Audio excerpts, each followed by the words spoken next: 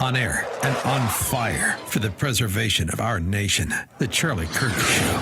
All right, welcome back to the Charlie Kirk Show. We want to hear from you in this last segment. We're going to be talking about property taxes, okay? Ron DeSantis is trying to get rid of it in the state of Florida. I think he wants to get rid of it nationwide. Yeah, but what's that? He wants to get rid of it nationwide. Well, nationwide, sure. But he has power in Florida. Mm-hmm. A lot of people think this is good. A lot of people think this is bad. They think it's a form of elderly welfare when they happen to be the most wealthy in the country. But really quick, before we get to radio, let's play 49. This is Charlie on renting. If you have a generation that does not own stuff, then all of a sudden political radicalization starts to seep in. I have a question for all of you in the audience, and this should hammer it home. It's from my friend Frank Turek, and I told him as soon as he said it, I said, I'm going to steal this one, Frank. When was the last time you washed a rental car? When you rent a car from Hertz or from Avis, do you wash it? Do you go get the oil checked on that rental car? Of course not. It's not yours, and you know it. You're borrowing it. And it's no different than how people are living in apartments endlessly till they're 32, 33. They have 2 kids, and they have to rent because the access to the housing market is so impossible. You have an entire population, generation, that is on the outside looking in. And that is a prerequisite for a political revolution if we don't turn renters into owners. All right, I want to tell you guys really quickly about our friends at Patriot Mobile. They are amazing, amazing people that support the right things, that fight for the right things. They support Turning Point USA. They support this show. And it's Pro 2A, first responders, freedom of speech, freedom of religion. These are great, great people. Glenn and the team are phenomenal.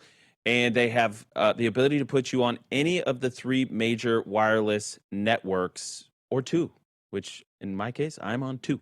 So you got to check them out. It's super affordable. They make it super easy. They have a U.S.-based support team. They're standing by to take your call, ask your questions. They'll make it easy. So call 972-PATRIOT today or go to patriotmobile.com/Charlie. Use promo code Charlie for a free month of service. Thousands and thousands of testimonials. They're amazing people. I use them. I'm telling you, it's the easiest thing ever. That's patriotmobile.com/Charlie or call 972-PATRIOT and make the switch today. You get to keep your phone, keep your number, or you can upgrade your phone. They make it super, super easy. And again, make sure you use that promo code Charlie for a free month of service.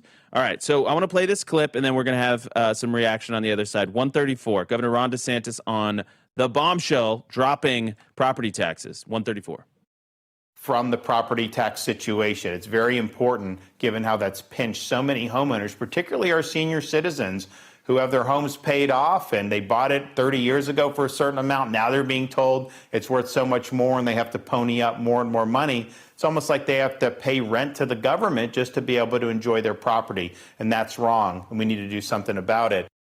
I actually really sympathize with this because I remember when I found out about property tax, I was like 18, 19. I was like, wait. You don't ever own your thing? You don't, like, you pay for it all these years and you don't even own it? It kind of is upsetting. I get it. I understand. I've seen this pop up, and I can see how that's like very intuitively appealing. But at the same time, like, I had a tweet over the weekend where I objected to this, and I commented on it. Yeah, and it got a very strong reaction, like much stronger than usually. And most of it was pretty hostile, I'll admit it.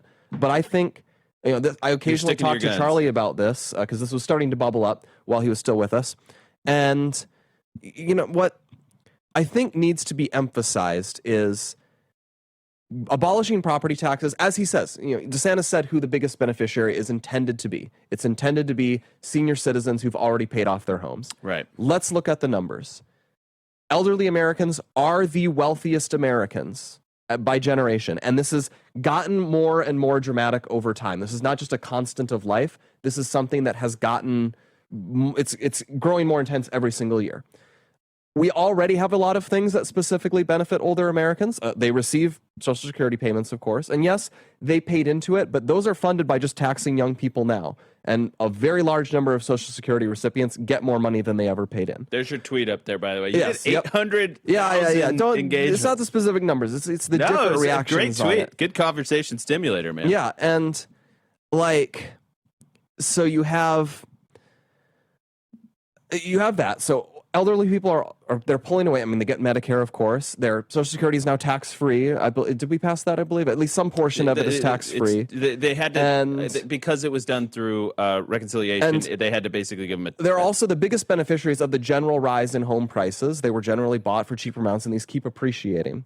And property taxes, like, they do pay for things. They pay for, like, among other things, the legal system that guarantees your right to ownership. I think that's important. Fire department. Yeah, your fire department, your police department, schools. And they say, well, I don't have kids anymore. Well, you benefited from schools when you had kids in them and when you attended them yourself. Yeah. We do not just say only parents pay into things. We collectively pay for a lot of things in society. You pay for cops even if you're not in a high crime neighborhood or not that exposed. We have a general obligation to care about the wider, general welfare. And then you can say those taxes are inefficient and wasteful. I'm totally okay with that.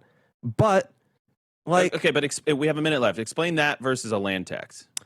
Well, land tax would be better, but this is the thing. We're not proposing replacing. I understand, but what is it? A land tax would be you tax the unimproved value of your land instead of taxing, like, any property on it. You're just kind of taxing the land as it would be worth if there was nothing built on it. And this has become more popular lately. It's an idea from the 1800s, actually, to tax this, because the idea is it discourages speculation. It discourages sitting on land and doing nothing with it because you hope it'll go up in value. And instead, it encourages development. It encourages productivity. And that's the other thing. It's generally, when we've studied it, taxes on land property taxes are some of the least distortionary taxes. Think of income tax. Taxing income discourages people from working to make more income because you're taking it out. Taxing property discourages sitting on property without doing anything to make more money. And so we think of what different taxes encourage. I kind of want to, like, finish this back and we should forth have longer discussions on it. We're gonna wrap up the radio hour. If you're streaming or on podcast, we're gonna continue for a few minutes. This is important. We will see you tomorrow, radio stations and Real America's Voice. We're gonna continue this for podcast though.